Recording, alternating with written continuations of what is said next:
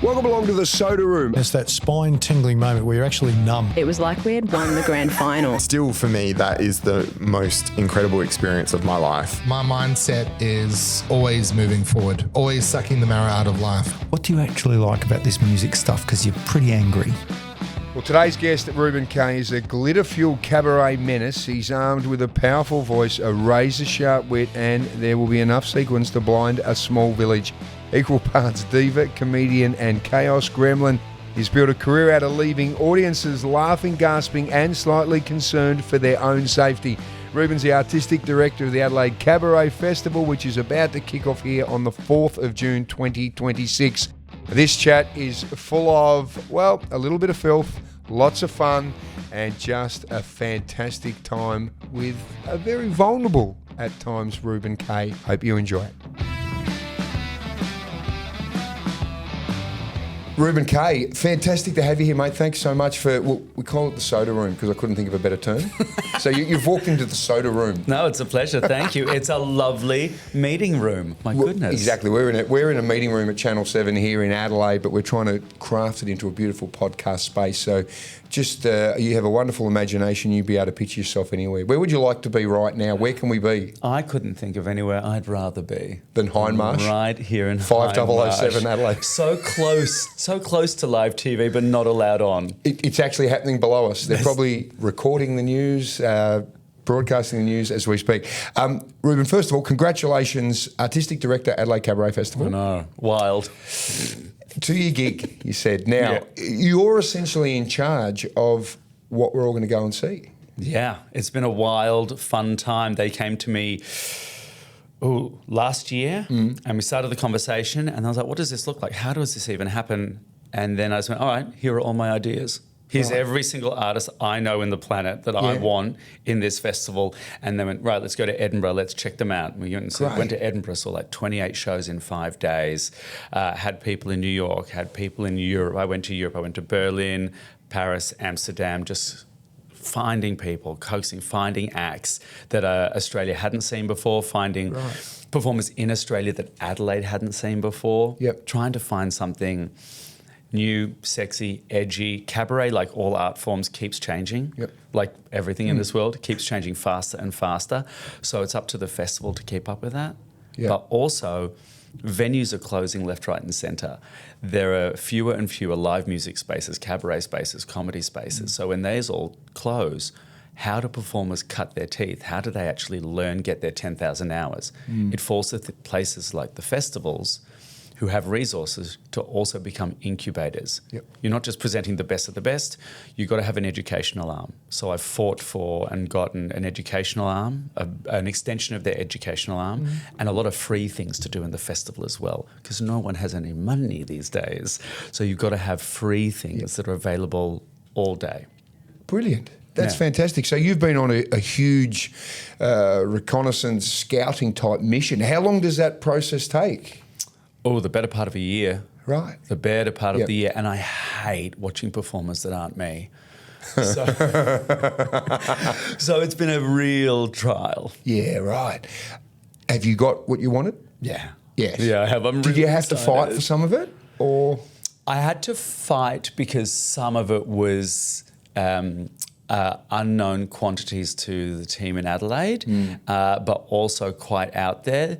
There's a fair bit of nudity, there's a fair bit of adult content there, but also that's part of cabaret, that's part of the art form, that's part of the arts. Yes. And then a lot of it, which I thought I was going to have to fight for, they just went, no, that's great, let's get it in. Brilliant. Yeah, it's been fantastic. Now, one thing about Adelaide that I really, really love is regardless of the festival or the event, given the nature and the geography of the place, people embrace everything. Do you know what I mean? And people keep asking me, why do you like Adelaide audiences? And that's something that lots of interviewers ask. And the answer is really easy. I can't think of any other city in Australia or maybe even the world that is so concentrated in an exposure of live music, art, comedy, performing. The audience here is so well read, well educated. They know what they like and they see things from around the world.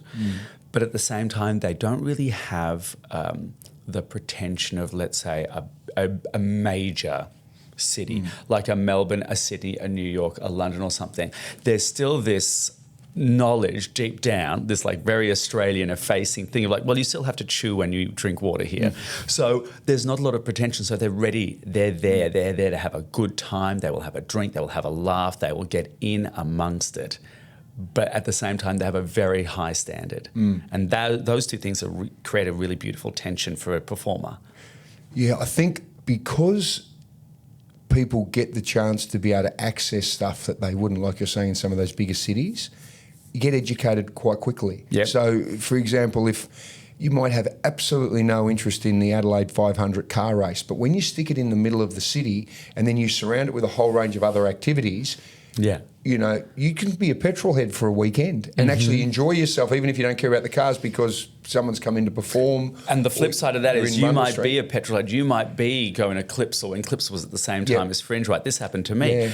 I would suddenly have this influx of people in my audience who don't really go and see queer cabaret drag, right? Yep. But they've come from Clipsal, they're a little bit tanked, they come in and they become converted. Yes. You know, this is why I think conversion therapy actually only works, like Zayn Malik, it only works in one direction. So you can walk in a Holden polo and walk out in a sequined number with a little feather boa in, you know. That would be the dream, right? It could be that quick. Yeah. But that's great. I love that with Adelaide. Do you know what I mean? Like, every activity, even, you know, just recently, of course, with Fringe, and I know you were performing here for Fringe, there are all these people that have never considered it or even gone to stand-up comedy that now every year they'll go to 5, 6, 7, 8, 9 shows. They'll go to cabaret, they'll go and watch a La Ronde or something that they'd never consider. 100%. And I think that is a brilliant thing about this city. So you have a really great opportunity, I think, with the Cabaret Festival is for those people that, to be honest, might not know anything about it. It might not be something that floats their boat. What is around, what are you going to have for those sort of people to, let's try and do a bit of recruiting while we're here? Oh, there's nudity's something. There's to start nudity, with. it's always a draw card. Hey, any man or woman out there, you want to see some nudity, hey, you're a human being. Come to the Cabaret Festival. Exactly, but also I think a lot of people view cabaret as a very specific art form, like it exists in a smoky basement bar with some nipple tassels and a saxophone, right? Or a supper club. But actually, cabaret and all art forms also exist in many different spaces. So cabaret exists in the club space. So you think Studio 54, you're thinking Lee Bower, you think stuff that happens on the nightclub floor.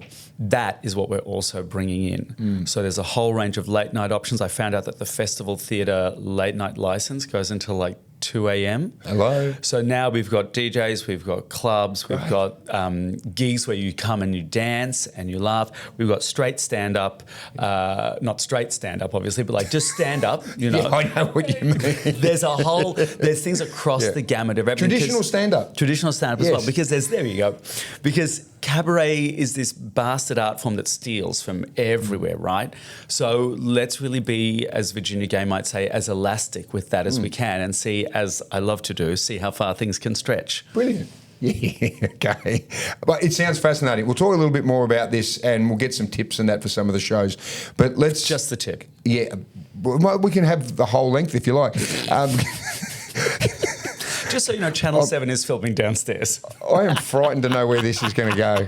Right. You're bringing something out of me that I didn't know was there, Reuben. That's what happens. That's what happens. I want to go back because I know a bit about your story and I think it's really fascinating. I love to know the path that people have travelled to get them where they are. And clearly anyone that's seen your stuff knows that there is a really wonderful wicked wit. You're on the edge and sometimes you don't toe the line, you jump over it with both feet and that, which is great. But how you got to that really, really fascinates me. So let's go back to little Reuben. Tell me about growing up.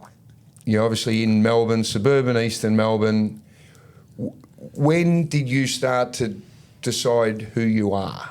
Oh, I think the first ultrasound. Yeah.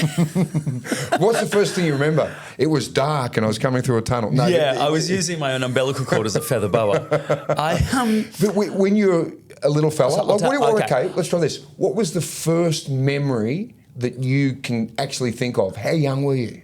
I reckon I must have been it was in the house where I had bunk beds, and I was having a nightmare as a kid. It's like one of my first memories in my top bunk bed. Excuse me. So it must have been 4, I think, maybe 3. Yep. But why was I in a top bunk at 3? That feels precarious. But I can tell you this story. If it was nowadays, you'd be wearing a harness, and your parents would have had to put the harness on at 3 just for health and safety. That could still be happening. That could be happening now, but as a kid, you wouldn't be allowed to sleep on the top bunk at 3 nowadays because child services would come and take you from your family. Yeah, but my mum's German and my dad's Russian. They believe if you're stupid, you deserve to die. It's an interesting This is why there's no railings on the canals in Amsterdam. If you're dumb enough to walk into an open body of water, maybe you deserve it. It's a good point. I'll tell you a story. Yeah. This is a very true story, but I think it's really emblematic and kind of tells you what kind of family I had. My mum was having a dinner party, right? And I was, I think, 3-ish. And what every 3-year-old does when there's a dinner party, especially for me, if I know there's like something happening that I'm not involved in, I got to stick my nose in. Here's your stage, isn't it? Right. And I was like, I had a bad dream. I need another glass of water. All those things that kids, why do you have them? I'm never going to have kids, right? Not unless they put an ovary at the back of my throat. And You might end up with a whole Brady bunch if that's the case. Sorry. And my mum said, right, if you're going to continually stick your nose in and interrupt and you want to be part of the party, you're going to be part of the party. Right. And so she says, you're going to tell a joke. And she whispers this joke into my ear and then stands me on the table in front of all her mates and says, okay, tell the joke. And I told the joke and it killed. Right. Like it killed. Yeah. And I remember that being like, yeah. Okay. And then the next day I went to kindergarten and it was show and tell. The joke's still fresh, isn't it? The joke was so fresh. The laugh, the hunger of the laugh was fresh. So I told the joke. Yep. And my mum got a phone call Right. and said, Reuben has just told this joke. We'd like you to come in. And my mum was so mortified. She picked me up, she drove me home, and the next day we changed kindergartens. Okay. What was the joke? I don't think I can say it on this podcast. Yes, you can. Can I? Oh, we can beep anything. Beep it out. Great. Okay. Why do they call it a pap smear? Oh, dear, I don't know. If they called it a cunt scrape, no one would go.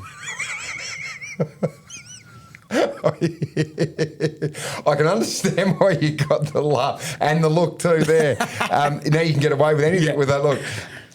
I can understand why it may have caused an issue at kinder. Yeah. None of the kids would have got it though. It's the teachers. Correct. It was the teachers laughing, and the kids suddenly seeing the teachers laugh, and then kids start repeating things. Because kids don't if you give something no power, kids have no interest in it. But the minute, like when you see kids swearing, and if the parent just goes, "Oh, that's fine," kid doesn't care. But if the kid sees the adult going, no, stop, or laughing or reacting to it, they're going to do it again because kids are tiny little animals that are learning. The important thing is, did you get the laugh you needed from the teachers? 100%. Oh, so I killed twice. And for the rest of my life. My great superpower at school, which is also one of the reasons I was very badly bullied, is because I was a loudmouth who refused to toe the line, but if a kid arced up at me or bullied me, the greatest power I could do was not just make the class laugh, but I could make the teachers laugh. And I think making a teacher laugh at a kid who is bullying you, because a bully is just someone vulnerable. Of course. Who is a victim themselves of the same thing. And they're trying to find a bit of power, right? And then all that power is undercut by everyone laughing, including a teacher. Yeah. That's a sting. So when, I'll get back to those early days with your family, but just while you're on that with schools, so you wouldn't have fitted in primary school and high school, I could imagine. Oh, no. So tell me about primary school and high school. I was just raised in this... I was raised in this really European showbiz artsy family. I was just being shown Groucho Marx, Buster Keaton, Charlie Chaplin, Danny Kaye, all these old comedy films. I didn't really have any modern pop culture exposure. So I went into school doing Marx Brothers routines as a 5-year-old, 6-year-old. And I would imagine that you thought when you get to school, because we were saying this before we started recording, you only know what you know. So when you get to school... I thought they were going to applaud and laugh and Exactly. love me and be like that. And they was like, "Why? Who are you, you weird little poof?" Because you think school is going to be like home. Yeah. And if your parents are celebrating you and going, "Hey, Rube, you be who you need to be," right? Great, Yeah. fantastic, which is what your parents should be doing. So when you get to school, it must have been frighteningly confronting. Yeah, it wasn't great. I really didn't know how to deal with this sudden, being forced to conform or being asked to conform, but also just this negative feedback for who I was naturally. Really quite violent bullying in primary school and high school. In primary school, I changed my name from Reuben to Ben to try and fit in, like it was my name that was the issue. Yeah. And like just as a kid, like you think about like what 6-year-old says, "No, I don't want to be who I am anymore. Yeah. I need to change who I am." That tells you like how shitty it was. But you know what's interesting now, and you would much rather be a Reuben than a Ben. 100%. Because it's a much cooler name. And it's solidarity. Whenever I meet someone, they go, "Oh, I know a Reuben. Oh, I've named my son Reuben." Oh, and they always say the same thing. It's a great name. And without doubt, they are the greatest sandwiches on the planet. 100. The most delicious thing I've ever had in my mouth is a Reuben. And the sandwich. I was about to say, do you remember him well? Yeah, I have his number tattooed somewhere. Corned beef, sauerkraut, Thousand Island dressing, and dark rye bread. It is the best sandwich on the planet. 100. I was in New York at like 2 a.m. on 8th Avenue in January 16th. So snowing. This is years ago when I would have been allowed in the States. Yes. And I was starving. I went into a bodega and I was like, "Oh, I'm going to get myself a Reuben sandwich, blah, blah, blah." Yeah. And I unwrapped it. It was steaming and the cheese was melting and it was just the most delicious thing I've ever eaten. That food memory and location memory, that sense memory is like burned into my brain. Well, it's a little bit stereotypical for New York, but Katz's Diner, you've probably been there, where Meg Ryan sat in the corner and had an orgasm. That's how good the Reuben was there. And their Reubens are brilliant. They're like, they've got... That's not brilliant. That's a coronary waiting to happen. It is, but geez, it's good. Because you don't have to eat for 2 days afterwards. It's like you can hibernate like a bear after that. We eat in bulk. There you go. I don't know how we got on to... Well, you had Reuben in your mouth somehow. Whatever. Yeah. Somehow we get back to bulk. Such a cool name like Reuben, but you honestly felt that need to try and fit in so you can be Ben like the other Ben. It's so funny, isn't it? It's not even... I don't even think it was I need to fit in. I will just do anything to make all this stop. Oh, yeah. And that's a very different thing, right? Wanting to conform is different to I just need a safe space. Stop the pain. I need to stop the pain somehow. And that kind of went through my entire high school life. Ended up just being really horrendously bullied, and the school didn't know what to do about it. They kept on saying, like, I remember I was in the sick bay with my head like bleeding, and the vice principal saying to me, "Oh, well, you just need to tone down your behaviour because we think you like the attention, whether it's good or bad." And I'm like, I'm bleeding from the head. What part of this do you think I want? Yeah, very odd. Also, that same vice principal, for some reason, came to my 13th birthday party, which was a bar mitzvah, and gave me a VHS tape of Bette Midler's Diva Las Vegas and went, "I think you'll probably like this." You can't tell me to tone down my behaviour and give me a video of Bette Midler in Vegas. I'm almost thinking that he's trying to understand, you know what I mean? Like, right, but this shows you how little knowledge, preparation, whatever there was out there for people in these positions to deal with. I was the only out gay kid in my high school in a student body of 1,200. Wow. And that can't be true. Of course. It can't even be true about the teachers. Absolutely. No, I was you're right. the only person who was in any way like me within the whole school. For the whole 7 years, I was there, as far as I know. But perhaps had the courage. You were the only one that had the courage to be who you were. Surely some people were suppressing feelings in that time. 100%. 100%. I think a vice principal that hands you a Bette Midler tape is a sign that there's some people who are suppressing some feelings. He knows his stuff somewhere deep inside, doesn't he? Do you know what I mean? But it's this thing of going, so people go, "Oh, you must have been so brave to be who you are." And there's this weird... I don't know if it's bravery. I just don't think there was an option, because at some point I went, oh, no matter what I do, I change my name. I try and fit in. You still beat the crap out of me. So fuck you all. So how quickly did you realise that you just didn't fit in with what was going on there? Really quick? I always knew I didn't fit in. I never knew why. And then at some point in high school, I just stopped caring. I stopped caring why. I was like, well, the why doesn't matter. The who doesn't matter. The what matters. The what matters is I don't fit in. This is 6 years of my life, and a life that's going to span what? However many years I live. Yep. And my mum said something really great. She was like, no one cares where you went to high school. High school is the smallest part of your life. And the people who think it's a big part of their life are losers. It is just something you have to survive until you get out into the real world and meet real people. I love that. And that's what I tell kids all the time now. When they go, I'm having a rough time, it's going, do you know what? You don't have to worry because school doesn't matter. Like, yeah, education matters. I get it. I know. School doesn't matter. I know exactly what you mean, but it's drummed into us that you've got to do this, you've got to do that. I remember so clearly in assembly, they started saying, right, you've got to start thinking about what you want to do for the rest of your life. Yep. And we're 14. And I was like, are you nuts? My parents at that age were 40 then. Sorry, they were 50 then. And they were still having multi-hyphenate careers. Like, well, I'm a bit of this, I'm a bit of that, I'm a bit of that. I'm like, I don't know what I'm going to do.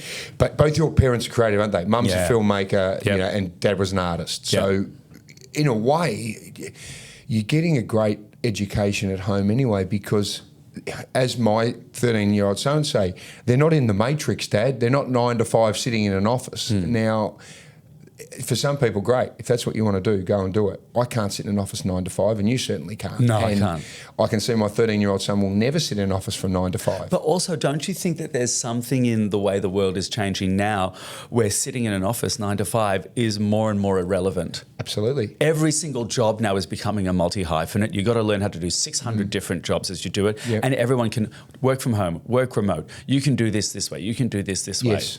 Well, the computer and AI is going to be doing that 9 to 5 job sitting there, because it's going to be pretty straightforward, as we're seeing now and the world's getting to. But I don't know how we got down this path. I was asking about you. So when you were at school, how did you cope going through so much crap and being confronted to so much crap? What was it like inside your head? I think there was a lot of escape. I read a lot. I used to really love books that enveloped you into a world. I think that says... Escapism? Yeah, escapism. I went to every dance class that I could. I made shows. I didn't do any homework. I could not focus. Yeah. I really couldn't. I was a runner. I didn't really have a lot of friends, to be honest. Did you have some, though? Not particularly. I had one best friend. Bronwyn. Probably bleep her name. That's fine. There's so many Bronwyns. Okay. Are you still in contact with Bronwyn? Yeah, I only stay in contact with Bronwyn and one other from high school. We'll keep Bronwyn in. Yeah, keep Bronwyn in. Is she still part of your life? Yeah, she's still part of my life. And they're the only two people I stay in contact with at school. How important were they for you during that time? Oh, I don't think I would have stayed in school if I didn't have Bronwyn. My job every day in school was to make Bronwyn laugh. Yeah. So I was doing Rowan Atkinson stand-up routines. I was memorising stand-up routines to do for Bronwyn. I was writing jokes. And if I didn't make Bronwyn cry with laughter every day, I was like, oh, that's a shit day. Was that your education? Yeah. Because Bronwyn's now your audience. Yeah. Now, isn't it? Yeah. So you essentially found a way in that system to educate yourself to be able to learn the skills that get you to do what you do now. But also Bronwyn was the only person in that school who said, oh, you're something of value. Yeah. She was the only person like, what have you got today? This is amazing. Yes. You're great to hang around with. Yeah. Whereas everyone else was like, can you get the fuck away from us, you weird little poof? Yeah. And we're certainly not cutting Bronwyn's name out now. Yeah, keep it. Because Bronwyn sounds like she's so bloody important to your life. She is. At what age did you go, I want to perform, I want to sing, I want to do whatever it is? What age did you start to go, I know I'm not going to be sitting in that 9 to 5 matrix, whatever we call it? I always really loved singing and dancing, but I remember going through, I think because school was so, you've got to pick something. I was like, maybe I'll be a lawyer. Maybe I'll be Oh, God, don't do that. Jesus Christ. Triggered.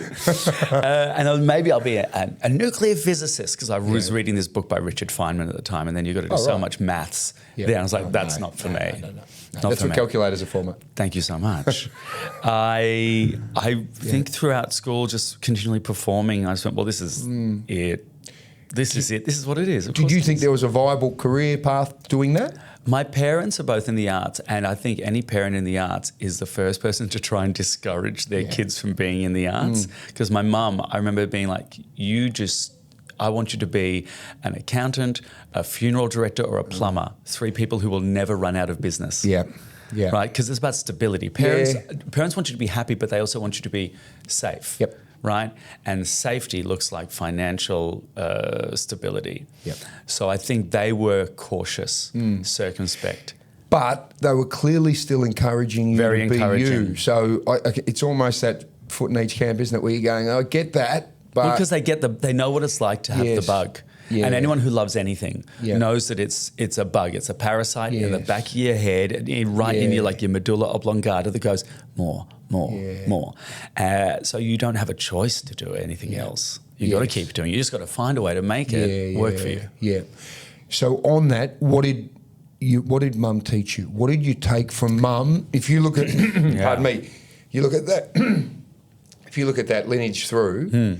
Even from her side, and if you go back further, what did you get from that side of the family that got you to where you are? My mum gave me this bit of advice, which I have taken through my career and through the bullying, which was, if they say something to you, who's got the problem? If they call you a name, if they don't like what you do, who's got the problem?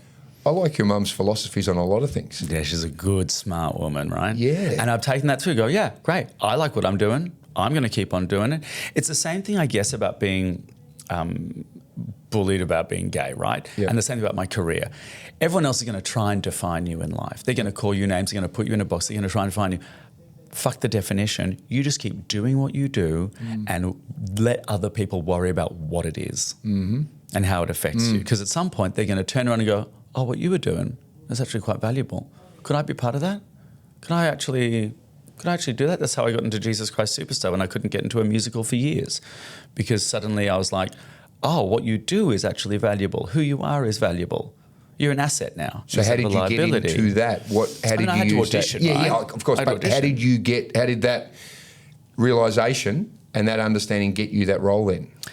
Oh, well, it's not that realisation got me that role. That's just an example of that principle, right? That I was, hey, not only are you talented, but you're not a liability, you're not weird, you're not an outcast. We can use you for this role. We love that, and now I have an apartment. It's the apartment that Jesus built. Yeah. Which is perfect. Yeah, that's fascinating. It sounds as though your mum, when you're talking about her views on school, when her views on that, essentially, what people think of you is none of your business. That's their business. 100%. That sort of stuff, that's practical parenting. Yeah. That's parenting 101. I'd be a fantastic parent if I liked kids. No interest? No. At all? None. No interest in kids. I think I get it from mum. Yeah, right. Well, for someone who had no interest in kids, she knew what she was doing.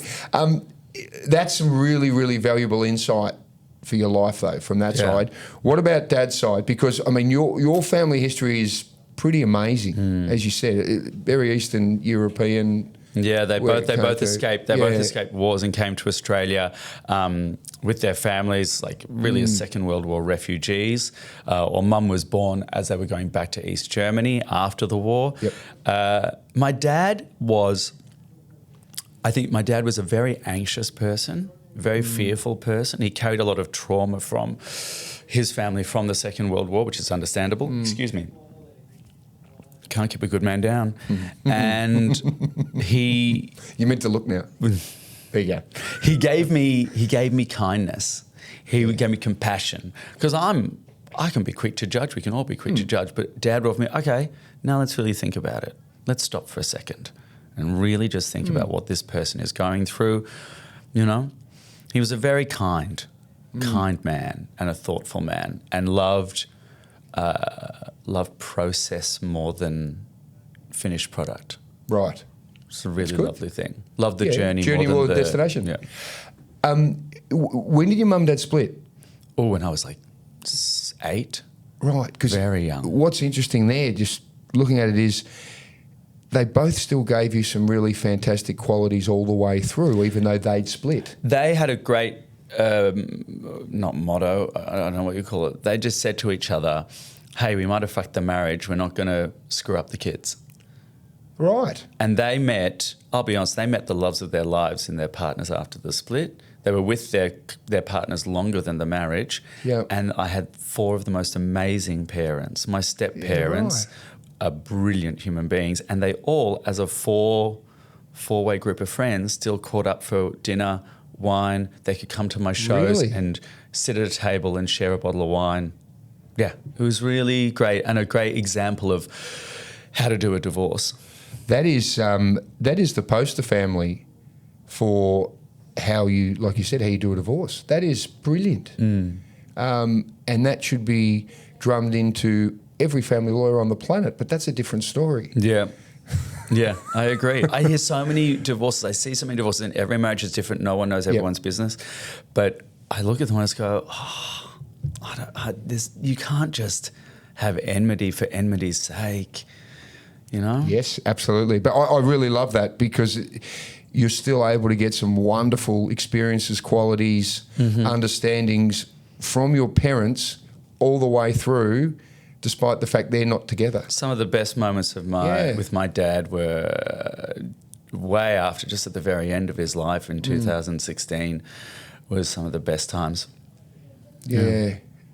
Why was that able to happen? Did he change? Because he was ill, wasn't he, with bowel cancer? Did that change his perspective? My dad and I always had an interesting relationship, especially after the divorce, because suddenly he had to be a parent instead of a mate. A friend, yeah. And he didn't negotiate that well, and I didn't negotiate that well, because I hate being told what to do. I hate being managed. I hate being patronised. Yep. And Dad trying to be a disciplinarian while also being a very anxious person and hating conflict. And trying to be a mate. Is, for a kid, shocking. Yeah. And for someone who's like a very strong-willed person, Dad used to start if ever there was a fight brewing, and I'm doing, let's just say it, just say the thing, it's easier. He would start with, okay, let's just calm down, relax. That works well.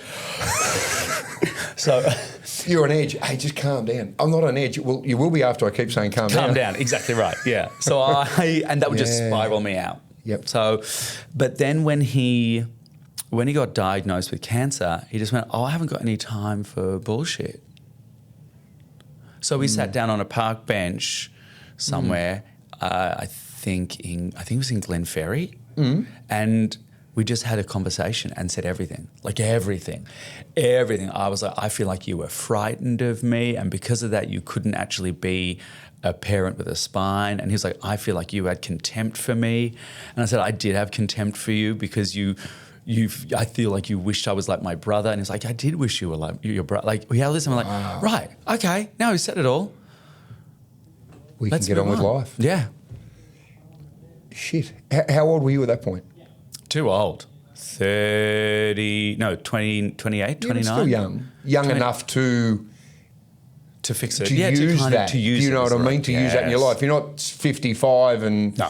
70 or whatever, and you just can't. Oh, well, the only thing, and I hate Yeah. looking back and thinking about regrets. I just go, fuck, it's a shame there was so much of that time wasted not saying the thing. Yeah, but you did it. You did it. Imagine if he'd passed and you hadn't done that. Correct. You know what I mean? I don't believe that everything happens for a reason. I don't believe in all that crap. But I do believe that you don't get to point C without going through A and B. Yeah, good So point. everything happens. Not everything happens for a reason, but everything contributes to where you come from. And those are two very different arguments. So how much time did you have with Dad after that conversation? 3 years in time, but I think a decade on the phone. Yeah, that's great.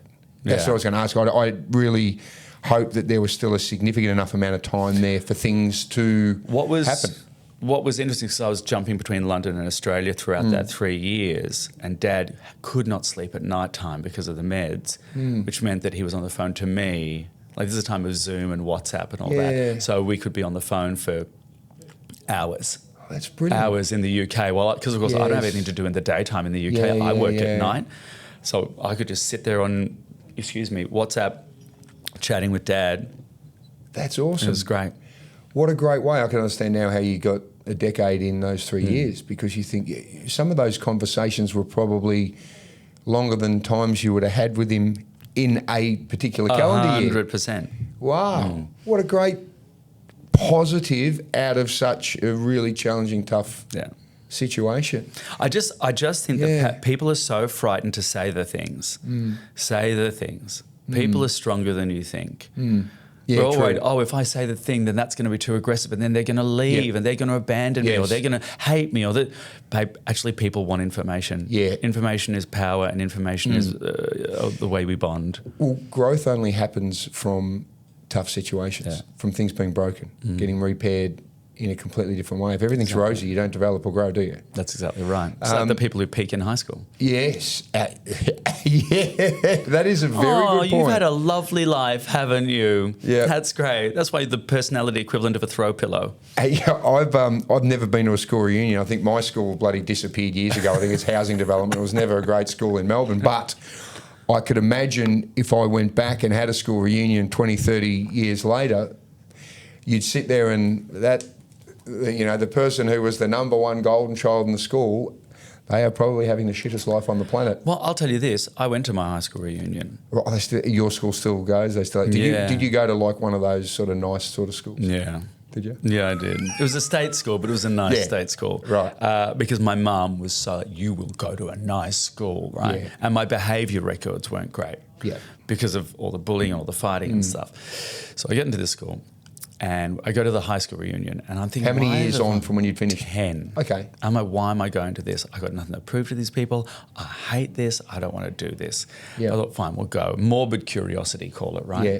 And I go, and this guy comes up to me as I'm walking. He goes, "Hey, are you Reuben?" And I went, "Yeah." He goes, "Hey, I just want to say I'm like really sorry for the way I treated you, and I was ignorant, and I was a kid. I didn't know any better, and I was really shit to you, and I just want to say I'm sorry." And I just was like, "Sorry, who are you?" Yeah. That's like, because this is what happened, and I'm not being it's a joke, but like it's shady. But I'll tell you what happened. All of these guys came up and apologised. Right. All of these guys came up and apologised. And there's some of the guys I did not remember because I had to deal with it. I had to deal with it. I had to process it. I had to move on and get on with my life. Yeah. These guys didn't necessarily have to process it because no one ever told them, hey, you did a shit thing. They had to realise they did a shit thing. So it was there forever. Yeah, and it's there forever with them because they've got kids now and they go, oh, my kids are going to get bullied. What? Oh, when I bully, suddenly they see the sins of the father being revisited on the kid. Yeah. So I realised these apologies aren't really about me. No, absolutely. You about take you. your mum's advice. They're about you wanting people- absolution from me. You're wanting me to say that's okay, right? Yeah. And you know what? I can say that's okay just to make this easier, or I can say thank you for the apology. Yep. Because what else? Yeah, because you don't have to accept. You never. But also, one of them, they were like, one of the guys was like starting to cry, going, "Oh, I've got kids now. No, if anything happened to them, like what I did to you, I'd kill them." And I'm like, okay, so you see, there's still the problem.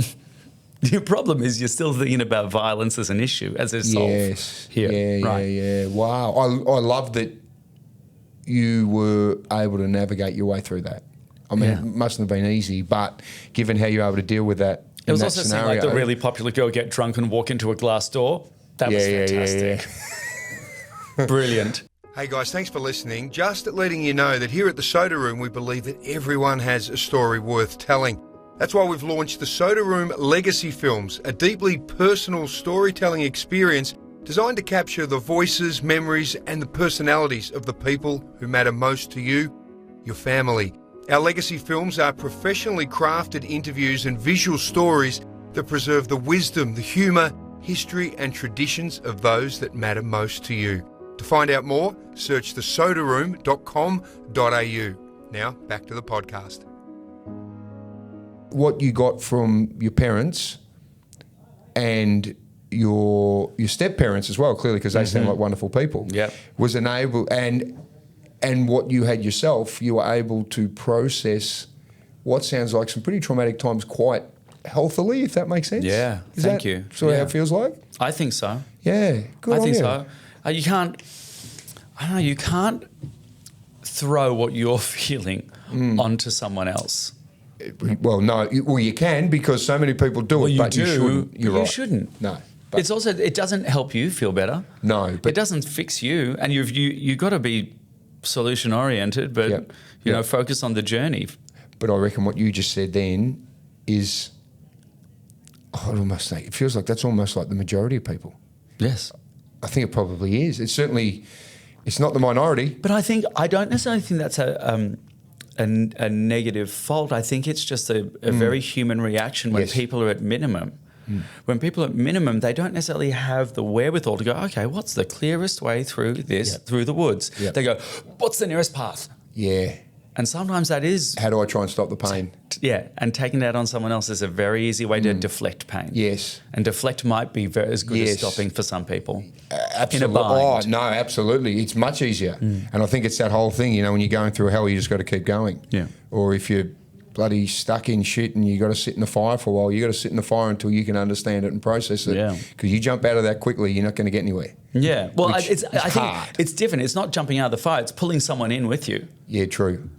You sit in the fire, go, Yeah. I'm in the fire. No, it's going to help if I pull someone in with me. Yes. No. Yes. It's- Yeah, you've- true. you've made your Or problem someone else's. You jump out to protect yourself to deflect that pain. Yeah. And you don't get to process why the pain exists. You jumped into a hotter fire. Out of the Yeah, frying correct. pan into the fire. You jump out, yeah, exactly. Out of the frying pan into the fire. That's the one. I knew Yeah. it was somewhere near that. But this is really giving me a wonderful understanding of who you are and where you get to. So let's get into now how you become this fantastic performer. Yeah. So I know you went to London for a while. Your brother was over there. By that stage, Australia couldn't get what you couldn't needed. get a gig. Right. I couldn't get a gig. No one wanted to hire me. I did a couple of my own solo shows. They'd done okay, which is a nice word for bombed.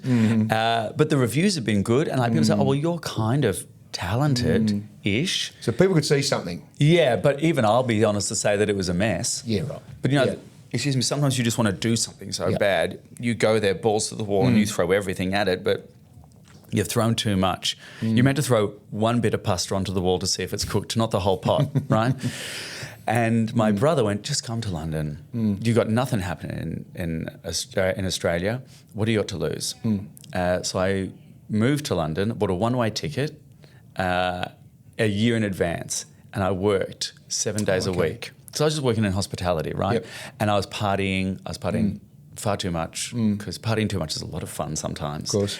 But I was also like, I'd be in a bar, working the day shift, coming down, being like, right, where's the party tonight? What are we going to do tonight? And thinking this is going to be my life. Yes. And so I bought this ticket. I worked 7 days a week for a full year just to save up all the money, and boarded the plane, landed in London. I got a job as a bartender. I started living I lived in a bus in Stepney Way. Oh, yeah. But like a bus with a wooden floor and a mattress and a padlock on the door, because you had to padlock it because it was parked on the street. Yep. And my electricity and heating came from an electrical cord that came through the window to a power board that went out the window, over the street, over the balcony of a pub that my mate was squatting in and selling drugs out of. And I would have to unplug everything at night, or when it was raining or snowing, which is all the time. And I would have to wrap it in towel to keep the plug dry. And then to keep warm, I have to pull all my clothes on top of me. I was there for 6 months, and it was 40 quid a week. So someone owned the bus and were renting it out. Was it a share bus, or were you in there on your own? Oh, one bedroom. Right. You know, she's fancy. I wasn't the old double decker where you No, had that'd be amazing. upstairs as well, and you had a few people in an old No, it London was bus. a single level bus, semi-detached, I think they Right. call that. Yeah. And but I was working as a butler in like the fanciest members clubs in London, really? with the white gloves and the grey tails. Yeah. And stealing so much silverware. Like the bus was full of cruet sets and candelabras, and I was stealing duck and pate and earning £6.50 an hour.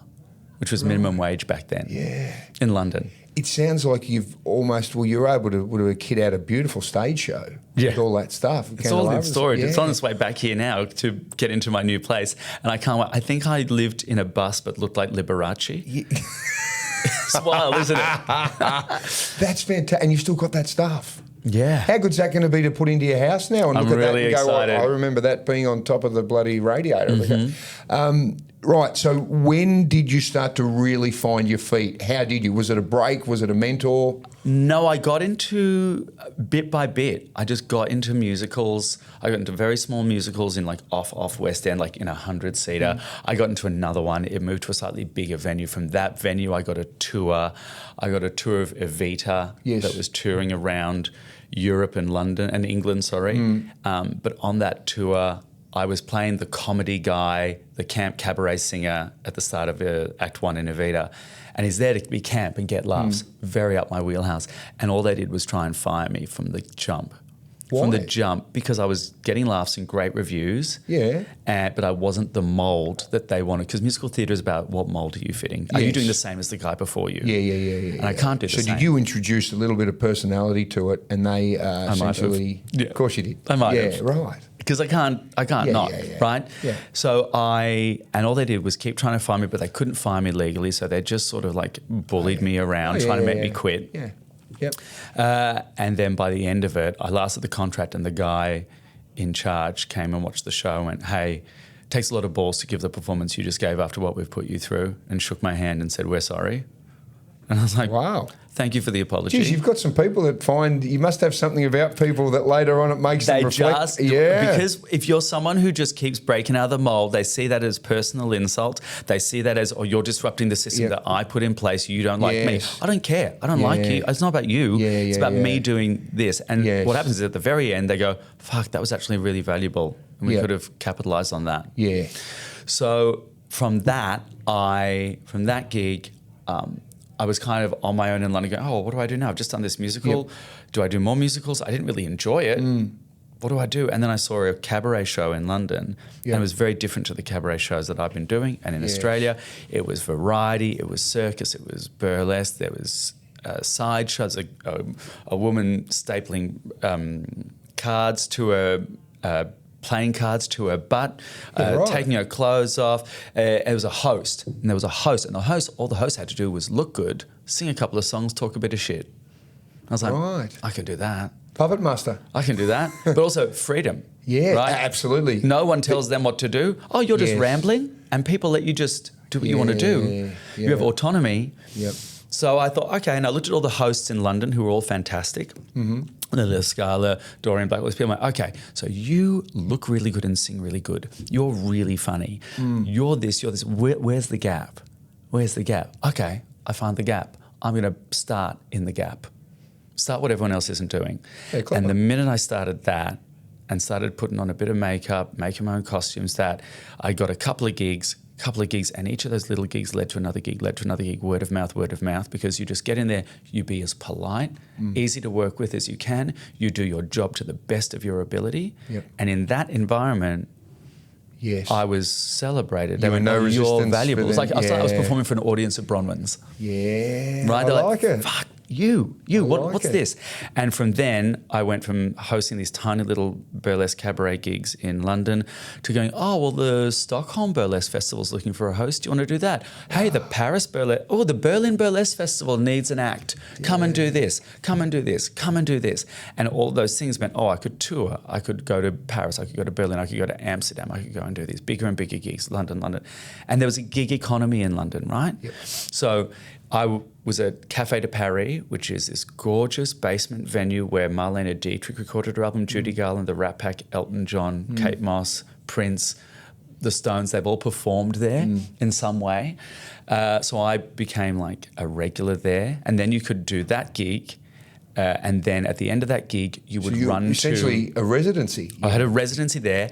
Then I could go to the Hippodrome Casino, which had a midnight show with Polly Ray, and you could do host a 2-hour show there, and that they gave you a free meal as well, so you get a good steak in. Great. So that's your 2 gigs each night on the weekend, and then you could host at the Box, which started at 1:30, went through till 2:30, so that's your third gig. On your weekdays, you could go and do Circus, this little bar here. You could do that. You could go to North London. You could earn a living wage by going gig to gig to gig to gig each week. Yeah. And that doesn't exist in London or anywhere now. Yeah, right. So that's why, again, in the Cabaret Festival, I go, Yes. hey, we have to help these younger artists get their 10,000 hours. Yes. Because that's how I got my 10,000 hours. Was Gotcha. doing that was my rehearsal room. And that's how I built Reuben Kaye, this identity, Yeah, the right. shtick, the vibe, you know? Yeah. So I love it because you're able to be yourself, do yourself. You're not restricted by the rules and the boundaries that are set. And then it gives you that creativity to exercise that muscle to then write your own things. And you have to be disciplined, right? Yeah. You've got to be a hard worker Yeah. because you don't get gigs if you keep doing the same stuff. yes. Yeah. But also, you're not performing for audiences who know who you are. I'm lucky Yeah. now. People come to my shows, they know who I am. So they come in with the expectation of a Reuben Kaye show. Those nights, you'd be performing for whoever was there. Now, some nights, you would walk out in a corporate gig and you'd be like, oh, that's Liz Hurley and David Beckham. Yeah, right. Great. And then some days, you'd be performing for a football team who've come into town and Yeah. don't give a shit about you and just Yeah. want to drink. Yeah. And sometimes you'll be performing for hens parties, all this Yeah. stuff. So you learn to really quickly either adapt or find a version of you that goes, how do I get Yes. through this? And make these people come to my table. Can I ask the Reuben Kaye performer that we see in your shows, how much of that Reuben Kaye is the Reuben Crumb who was... Because obviously for those that aren't aware, that was your... or My real Krum, name, yeah, Krum. It was a German name, isn't it? Means and you changed bent. it to Reuben Kaye. How appropriate. How much of what we see on the stage is the real you? That's a really interesting question. I always used to say that it's not a different character, it's an amplification. Yeah. It's like me 3 drinks in. I get it. It's you when you're in front of your mates and you're telling this great story. Like, I'm on a roll here. Yeah. I could say anything, and they're going to love it. That's good. It's the best part of me and possibly the worst part of me. Gotcha. But as I've started doing more stand-up stuff, and it's become very about the world, stand-up and very political and stuff like that. There's more humanity in the persona. It's not so much the look at how fabulous I am. It's actually trying to say to the audience, hey, we're all human, we're all fabulous, we're all there together, and no matter how much difference we have more in common than ever. Yep. And it's same with you. I'm not as different to you. Yeah. Just because I'm 6'2" in makeup and heels, Yes. you know, I'm still a brother, a son, a daughter, a you. So you've, over time, have you then evolved who you are as a person as you grow? You can then bring maybe some vulnerability and all these different things into that person on the stage, but still not lose the power of what that presence is. Do you know what I mean? Yeah, You become a more human version of that? You become more adept at navigating your way through all these spaces that you operate in, and that can be this really comedic, really funny rock star vibe, this really sexual, vampy thing, or it can be those moments in the show where you go, oh, this is the part, this is what I'm really feeling. I'm actually really scared about this, and I think you are too. Yes. And actually, there's something really beautiful in being able to say to an audience, even when you're just doing stand-up comedy, right, that, hey, I'm scared, and you're scared. Yes. And then something goes, fuck, we're all scared at the same time. Rapport and connection, don't you? And then you also buy leeway and credibility. Well, it's that thing, right? When I used to perform just for straight audiences in London, and sometimes it was hen parties or whatever, and as the gay performer in all the makeup, I used to find a lot of comedy in the difference, the aggressive difference between you're straight, I'm gay, here's all the differences. Yeah. And it was great. It was very funny. Yeah. But as I've gotten older, what I'm really interested in is finding the comedy in how similar we are. Yes. And I actually think that does a lot more work. Yep. That there's something about, we've all seen those queer and drag comedians who are just cruel, just mean. Yep. Same in straight comedy, right? There's just cruelty in comedy. But you can only be like really cutting and cruel if they know you're in on the joke and they know you love them. Yeah. And they I get know that I'm one of you. Yeah. You know? And that buys that. So that's interesting, isn't it? Because I think you're right. It buys that connection. Or no, it doesn't buy it. It creates that connection because then essentially you can say whatever you like. Like you get to a friend, even if they don't 100%. agree. Like if you're doing this really camp type performance in front of people that have got or homophobic people, there's this tension straight away. But if you can break that down and then show, hang on, just because I might be gay, you might be straight, we can still have a lot of fun here, laughing and enjoying it because we're now understanding and accepting. It's also like a trickier thing to navigate, and there because it's trickier, it's harder. It's more interesting for me. Yeah, right. And I'm always after the thing that's more interesting for me. Because I've got to get the next hit. Give me some more. Give me some more. One thing I find fascinating when you're creating material. And some of your stuff, so much of your stuff, and I've been listening to a lot of it lately, preparing to chat to you, is I was trying to think of how I described it when I was driving here, and it was almost like I was sort of thinking like it's like this wicked wit. Thank you. Does that make sense? Yeah. I was trying to think of the best way, and it's not wickedly evil, but sort of wickedly evil, but with good intention. Yep, I like that a lot. That's how I was listening, because some of the stuff you drop, and obviously there's that, for those that don't know, what was the one that caused enormous controversy was the nailed to a cross for three. Project. Right, it was on the project. Yeah. For those that don't know, are you happy to just tell us that story? So I went on the project and I was just meant to promote my show. And the show wasn't even a big show. It was like, hey, I'm doing like an hour of kind of stand-up where I'm finding my way through things. I'm testing out new material and I've got some songs. That was it. But hey, let's go on the project and promote it. That's what one of the few good things the project did, right? Was it kept comedians promoting stuff, right? Yeah. It was really lovely. And I sent in all my jokes and... Oh, they had to vet them. Yeah. Right. Yeah, they had to vet them. Of course, no live TV is live TV. But to the point, everything was essentially vetted. In fact, I was told I had a joke about George Pell at the time, which was I said, well, how do you describe your show? Was like the question, and I think it was people have called me genre defining, gender bending, the boy next door. Oh, sorry, that's George Pell's shopping list. I don't know how that got in there, right? Which I think is a fantastic show. Yes. And they said, don't do that because he's still under trial at the moment or whatever, and the Catholic Church could sue us. Do this Jesus one instead. Oh, they okayed it. The producer said, do this Jesus joke instead. Tell us the joke for those that haven't heard it. And so, okay, great. And I was talking about, they said, how do people treat you online? I said, online I get a lot of abuse. And it's always someone saying, hey, you've got to accept Jesus' love or else you're going to burn in hell. And that's ridiculous because I love Jesus. I love any man who can get nailed for 3 days straight and come back for more. Which, I'll tell you this right now, is a pun. It's a dad joke. Of course it is. It's like an adorable, cheeky little dad joke. But it just went crazy. It's a good joke. Regardless of where you stand and all your beliefs and all that crap, it's a good joke. It's also just like, okay, sure, move on. Yeah. But people went crazy and there were death threats, and then the next day the project apologised for it, saying that I'd gone off script. And they'd vetted that. The producer had vetted it. The on-air talent might not have known. I don't know how any of that works, but the producer vetted it. Did you come back with, I told you I should have told the George Pell one? I should have. No. Which would have weighed more? I did say, look, you can always have me back on. I can try the George Pell one. Look, one of us is still here, so I think... Absolutely.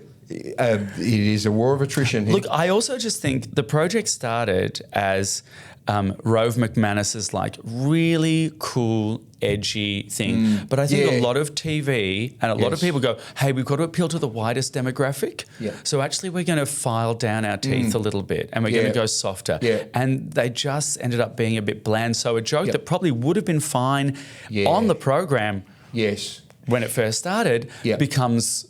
verboten, becomes too edgy. Yes. For a thing with no edge. It wasn't the show it started out as. I think it was news done differently or whatever was there. Yeah. And it was, but then it wasn't. But also then the world moved on. Suddenly we had every person you know doing factual entertainment or news comedy. Yeah. And they didn't necessarily up their game on that. Yeah.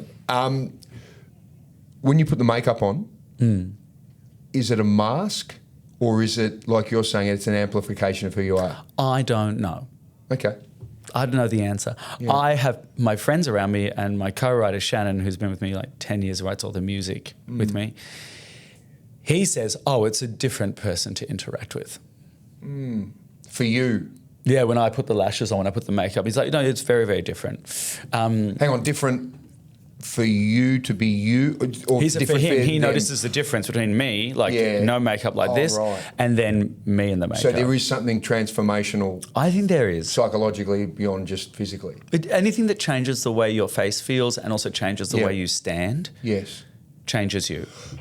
So- Because heels, I'm in heels and I'm up and like my back goes in and my Yeah. chest goes up and my butt goes out Right. and my eyelashes and thing. And I know exactly what my face looks like in makeup. Yeah. For a photo, when it's being filmed, I can tell you exactly what expression I make when I do all of these things. Yes. I still don't really know what my face here looks like. I don't know like what my smile is, because that's the face I see the most of. Yeah. Is me in makeup. It's familiarity, isn't it? Because you don't, well, unless you probably... I don't look in a mirror like this, but I look in a No. mirror all the time when I'm in makeup. I'm Yeah, fixing the right. makeup. I'm looking at photos of me in Yeah, makeup. I'm yeah, more familiar with yeah, that face than yeah. this. So do you think almost subconsciously it turns you into a different, or it increases that amplification, whatever it is? I think that it does Yeah. something. Yes.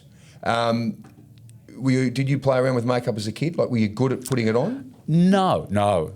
But I watched my mum putting on her makeup in the mornings Yep. when I was getting ready for school, because we were like one bathroom, right? So you're sharing stuff. And I think I just quite liked that there was things. There was like, oh, fuck, this is interesting. Oh, there's this and this and this. Oh, it's a new thing. Oh, you're doing that. Why don't I do that? I just kept on asking questions. Yeah. And also, the first time I ever put on makeup was putting on my mum's green concealer. That's like an old, I don't have that anymore. They do now, Yeah. call it colour corrector. I used to put green concealer under my eyes and on my cheeks to fake getting out of school. I used to try anything to get out of school. make yourself Sometimes look I'd just lock myself in the toilet and be like, no, I'm very, very constipated. No. And not go to school. Or something I'd get to school, right. I'd run away and skip Yeah. school. Anything to get out. Yeah. But yeah, that was how I started, was like trying to fake illness. And my mum was like, Reuben, why do you have my green concealer on? But I'm sick. I'm very unwell, mother. I'm very unwell. Yes, you are, Reuben. You're wearing makeup. Yeah. You're a 6-year-old and you don't know how to blend. That's the worst part of this.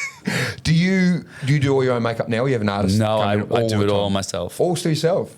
All Yeah. myself. I don't know if I could let other people do it. I mean, I probably could now. Yeah. Let's be bougie and let them do it. Yes. But because I have to be so hands-on about things, and I'm trying to learn to not be. I'm trying to be a bit more, let go, trust other people, let the baker bake. But especially when it comes to like me. Everything Yeah. else, the editing, the set design, the whatever, sure, costume design and stuff. Yes. But this is like on me. Yeah. It's too personal to give to someone else. Yeah. I don't know if I could trust another person. Yeah, I get it. I love to be able to, though. Yeah. Sit back. Well, maybe that's Let 'em- you evolving by Maybe. finding someone to be able to do that. That's a I don't really know. wonderfully bougie way to evolve. I've Yeah. evolved so much I let someone else do my makeup now. I like it. When you're writing something or you're coming up with something, it might be in a way, and I don't mean that it's simple as it was a simple joke, but when you talked about the nail the one Yeah. as opposed to the George Pell one, right? One's a bit more of a dad joke, one's a bit. When you're creating that, where is that coming from? Like, are you walking around going, oh, hang on, I'm thinking about that topic, bang, or does it come naturally, or is it hard to sometimes grind out? Do you know what I mean? Writing is, Jimmy Carr has this great quote, which is, inspiration is for amateurs, the rest of us get to work. And I love that quote because I feel so very attacked by it. Because inspiration, those moments when you go, that's the joke, write it down now. And I have to write down. Like other people go, oh, I never refuse the muse. Also Jimmy Carr. When inspiration hits you, have to write it down. Write down that joke right around. Yep. But you also have to sit there and grind and call it clearing your throat. Yeah. When you sit down and you write, and you might write a page of crap. Yep. And you go, I've cleared my throat. Let's keep going. Because also part of writing and joke writing is a numbers game. It's not that, this fully formed joke just arrives fully written. It's, I've written 15 jokes. 14 of them are terrible. one of them is good. Your talent isn't writing the thing. Your talent is the judgment of which ones to use. I get it. But I also come to writing sometimes, and I always think of those comedians who go, oh, you can't say anything anymore. You can't make your joke. I do. I say the most horrible things. Yes. I say disgusting, horrible things that make my audience like groan. There's a joke in the show currently that people go, oh, like this, and I refuse to cut it. It doesn't even get a laugh. But I just go, you know, I'm keeping it just because all those comedians go, you can't say anything anymore. You can. You're just bad at it. Would you be happy to share that, or you can only share it on No, stage? I'm not putting it on stage. I couldn't put that out of context. No, I get it. I thought I'd ask anyway. But like Anthony Jeselnik has this great quote, which is, hey, comedy is not getting caught. If you get cancelled, that means you got caught. Yes. You have to be able to make the joke, because anything can be joked about. Yes. Anything can be joked about. Just the smartest way to joke. You got to be clever. And Anthony Jeselnik looks to me like one of the most fearless comedians on the planet. 100%. And if anyone listening has never listened or watched Anthony Jeselnik, do yourself a favour, because that is an amazing art. And I actually, he's one of my favourites. Yep. And you remind me of that similar. I think Anthony's type great of- because he's so dark and he's so deadpan. But that's a really great example of, excuse me, him saying very clearly, I'm in on the joke. Absolutely. And that's like what you said before. Yeah, 'Cause I'm in on the joke. I think he called it gallows humour, isn't it? Very gallows humour. But you're right, because and very occasionally, because he's that deadpan, but then you'll see a tiny little smirk at times, or sometimes he's been so good he's impressed himself. Yep. Do you know what I mean? You see that, and that reminded me, when I was watching it, that reminded me of you, in that you can say some pretty full-on things, but I can understand how some people might take offence too, but really just... But also, pull your head in a bit taking and offence relax, is you know what always I mean? who's got the problem. Correct. And I look at that bit and I go, I love the fact that you will sit there and go, well, I'm not going to be regulated or... So you don't have to watch me. Right. You got So- 150 different streamers. Yep. You got 100,000 Yes. different channels. You got TikTok. You got Instagram. You got the window outside. Yes. Babe. But I think, and it's probably blowing a bit of wind up you, pardon the pun, but... I didn't even feel a thing. No, but I think you've mastered that art like he has, where you can say some pretty confronting things, but you can get away with it. Do you know what I mean? Like people can sort of have the laugh think with it's you. because- Like Anthony, he's talking about pedophilia non-stop. I know. Now, that is the Wild. most abhorrent topic on the planet for many people. Yeah. Yet you don't take it for what he's saying. You take it for the art of what he's... Do you know what I mean? It's because he's nailed the way to make a joke almost so... The joke is its own thing, so it's almost so far removed from the emotion of the topic. It's about subject and object, right? For joke writing, if you want to get into it. But like... Yep. That means the audience also is allowed to laugh at something that scares them. Yes. Audiences have to laugh at things that scare. You ask any ER nurse, any pediatrician. Black humour. Black humour and laughter is a coping mechanism. Why do we don't even know why we laugh, but we laugh to relieve pressure. It's like a valve. I can remember, I used to be a fireman, and I remember we went to this horrific car accident up top near the Tower Hotel, which is up on top of McGill Road, and it was ridiculous. 2 cars racing, and body part like. And I can actually remember when we were driving back after being there for about 5 or 6 hours cleaning everything up, that myself and another guy were writing a rap about the accident. Yeah. And I'll never say because it was horrific. No, of course, but how you process it. But that's how we were dealing with it. Yeah. And we were, not that I could write or anything, but we were just making something up and you were. gagging, almost like a poem, because that was how we were able to process just horrific, like body part stuff. Yeah, 100%. And I looked at that and I went, you know, and then if someone heard that, they'd go, you blokes are a disgrace. Yeah. I'm thinking, no, we're not. We actually just did our job. But also we there's had some to things find a that way. happen. you write things, you create things, you laugh at things. All these things are also very deeply emotionally connected. Yeah. So they're also part of your neural pathways, your emotional pathways. That's how you process it. Yes. And there's a very big difference, I think, between something like that or the jokes we make to cope and jokes that are built to attack. Yes. And the jokes that are built to attack are just the kind of the cheaper ones that no one just go, ugh, that's a bit crap. Yeah. And the ones that actually key into it and are built to process, they're the ones that heal. Look at people like Joan Rivers. Look at people like they just go, oh, fuck, that got me. That got me. And I leave feeling lighter. No, you just articulated that perfectly, isn't it? Because even if you're saying something that appears nasty or whatever, it's more of a processing or understanding or explaining a situation as opposed to attacking anyone. But it's in the genius of the comedian to make sure that distinction is sort of immediately unspoken but apparent for the audience. So the audience is safe to laugh at it, right? So the audience goes, oh, we laughed in spite of ourselves. Yes. And that takes, that's someone who is outstanding at their craft. Thank you so much. No, you have that without doubt. Honestly, you do. And I think, like I was saying before, it's even the subtlety of a look out the corner of your eye. Do you know what I mean? You could have said something frightfully horrific, and then you look out the corner of your eye. You're doing it right now. If you can stream this in video, it's a toddler saying "fuck." Yeah.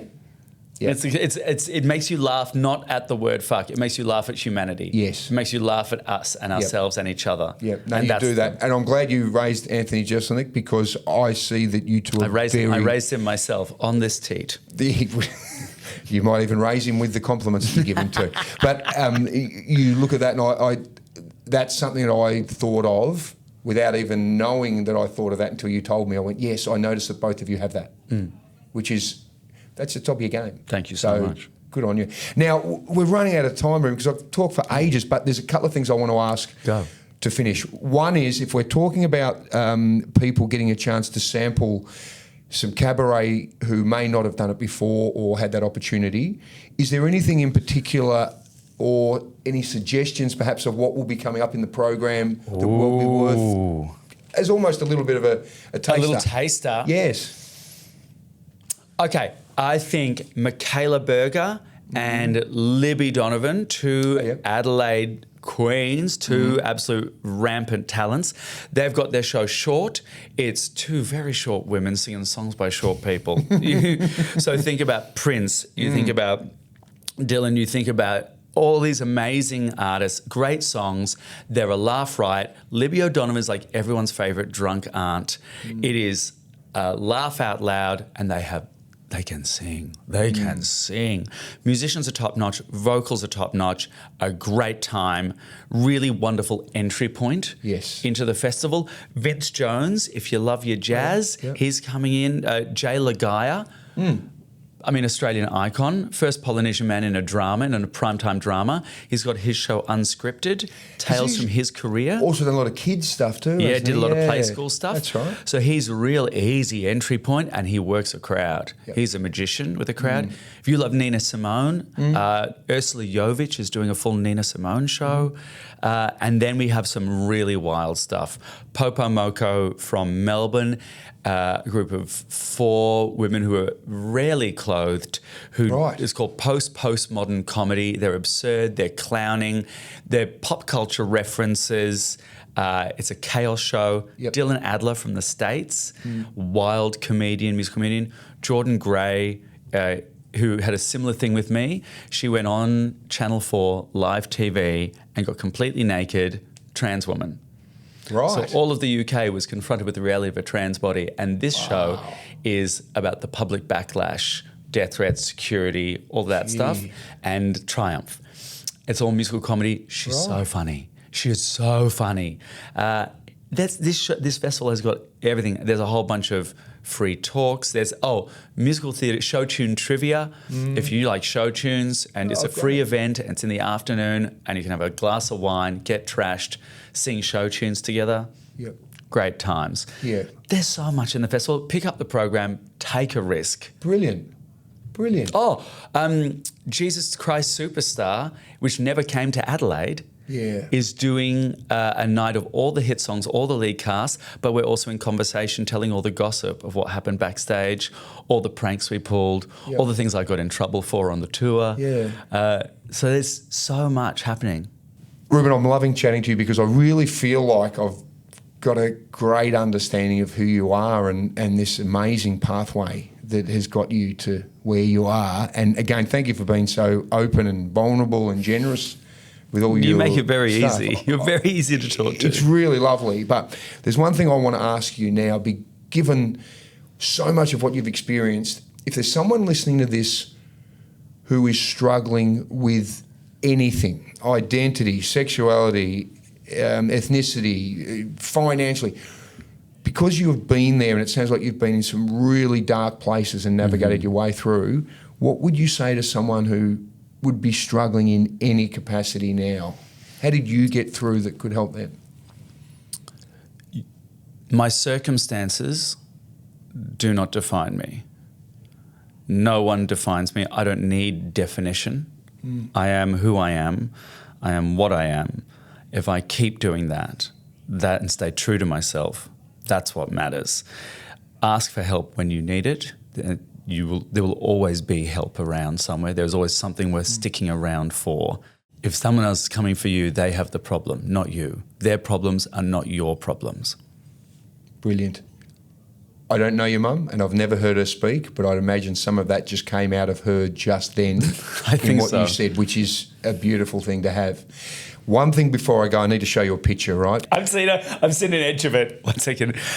You Right. Can you tell me, gorgeous. what do you think of that picture? We'll put this up at the end. It is. Can I say, whoever did that? Did you? No. No, of course. No. It's so good. The Is it good? blending. You look mean. Would have your mum been impressed to see that blending? Yes. That a 6-year-old Reuben Yeah, could she not wouldn't have let perform? you go to school either. Can you give a little description of that because you are so good at make right? Okay. I am seeing a woman in her prime. I'm thinking 50s. I want to say 3 martinis in. These eyebrows, there's only one word for these eyebrows in the gay community, and I don't know if you'll bleep this, but it's cunty. They are cunty eyebrows. The eye is not just smoky, it's a bushfire. Yeah. It's purple, so it could also be a bruise. It's winged out. The lips are, I know people don't like this word, but they are moist. They are moist. Dripping. Dripping. Juicy. They're so juicy. And it's very, I want to say like new romantic, a lot of blush. Like a liberal use of blush. It was done 20 odd years ago. No, this is yesterday. No, it's 20 years ago. It is wild. The wig is stacked. It's really great. Yes. Like well, it wouldn't go out of place on Drag Race today. Very true. What was your drag name? Did you have a drag name? Oh, don't say. Is there a? No, it's on here. Hang on. Marsha. Yeah. That's rough. Marsha. Marsha. That is rough. The beads around the neck. I know those plastic beads. I've seen them. They are draped around you. That's not a necklace. That's a noose. That's amazing.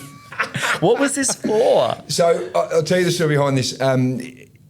It was done by a couple of fantastic drag queens from the Mars Bar when the Mars Bar was at its height here in Adelaide. Of course. Hence, so it's done. It took hours and hours. Yeah. But many, many years ago, at the football club I played at, the Sturt Football Club here, I hosted myself and one of my teammates. What a stereotype. Footballers dressed up as chicks. There is something undeniable about any hyper-masculine sport or social group like a football or whatever that they just can't wait to get in a pair of heels and lashes. Yes. They love it. It is just something just like we all have questions. We all want to explore, and you have to be safe to explore in a fun way. You go, hey, this is it. It doesn't mean you're gay. It doesn't mean, let's just have a little flirt. What it was we had our annual big gala dinner fundraiser. And so I was playing at the club at the time and one of my mates was there and we went to the chief executive and he said, who are you going to get to host this? And they said, we'll grab someone in. And I said, can we do it? But we want to get dressed up in absolute full drag. I'm talking like we're going to get pros in to do it. And they went, really? I went, why not? We're going to do something different. I just want to do something different. So we amazing, had big heels. So we were both with heels on. We were like 6'4", and we talked in these ridiculous voices. We did 2 hours on stage, and no one in the crowd knew it was us because we didn't let go. You didn't break. No. And then about 3/4 of the way through, it was a mate of mine, Andrew Geddes, and while we're chatting and we've camped up the whole night, we've done everything, I turned around, I went, "Hey, Geds, do you reckon they've worked it out yet?" And the whole crowd just, because it was about 500 people there, they all just went, "You heard, huh?" And he goes, "I reckon they've worked it out by now, Soda." And then the whole crowd just went, "What the actual fuck is going on?" And we broke for the last 15 minutes of it. Amazing. And it was brilliant. But the reason I asked you about the makeup, because no one knew, and it was people that I knew every day I spent hours with, it released something. I was going to say, what was the difference? How did you interact with them? I You must have can tell felt you, I just did not give a rat's ass. And I just said what I wanted, how I wanted. We were rude, crude, but in a fun way. Trying to. But you say the thing because you're liberated. You feel safe. You didn't care. Because no one knew it was me. And it was something in that when I went, we've got to live our life this way, as long as you're not offending anyone on the way or whatever. But I just went, fuck, this is great. I can actually be who I am without worrying about what people think of who I am, which is probably a weird paradox because everyone's probably looking at someone dressed like that going, what the fuck's going on there? Yeah. But it was really liberating, if that makes sense. Yeah. Well, you don't have to worry about the definition. You just do the thing. Say the thing. There you go. So if you need someone to stand in the back of one of your shows dressed like that, I can't do much. That's fine. But if you need someone... When you look like that, you don't need to do much. Just that story is just a real testament to anyone who's in a regimented thing goes, oh, the human urge is to do something different. The human urge is to explore and go, actually, I can't. So, you're not that different from me. Yeah. You're not. I mean, look, you're doing this. You're doing your own thing. You have to do your own thing. You have to find a way to break out of molds. Once we've launched you in it, you have to keep on keeping it live and chasing something, right? Yeah. Reuben, it's been an absolute treat, mate. I really, really, really thank you so much for showing me who you are. Oh, it's been a real pleasure. I feel very exposed, but in a brilliant way. Outstanding. Adelaide Cabaret Festival dates? 4th till the 21st of June, but also a coffee, just a walk on the beach, whatever problem. you want. Okay, I look forward to it. Can I wear that makeup? You must. Would you be confronted? Something will be at the front. Marsha and Reuben Kaye coming to a stage near you soon. Bring a towel. Well, thanks so much for listening. And if you love what you've heard, you can subscribe to the Soda Room podcast. You can write a review if you like and share the show with your friends. Hey, thanks for joining us today. Now, just before we go, a big thank you to our friends at Wavell Hyundai, a family-owned dealership with a friendly, experienced team who genuinely care about their customers. Wavell Hyundai has got the best range you've ever seen. So if you're looking for a family car, Hyundai's range has got you covered. Everyday options to getting around town to big, spacious SUVs like Drive's Car of the Year, the Santa Fe. Comfort, safety and space for the whole family. Go and visit the team at Wavell Hyundai. You can find them just opposite the Adelaide Showgrounds on Goodwood Road. Wavell Hyundai, driven by Australian Motors.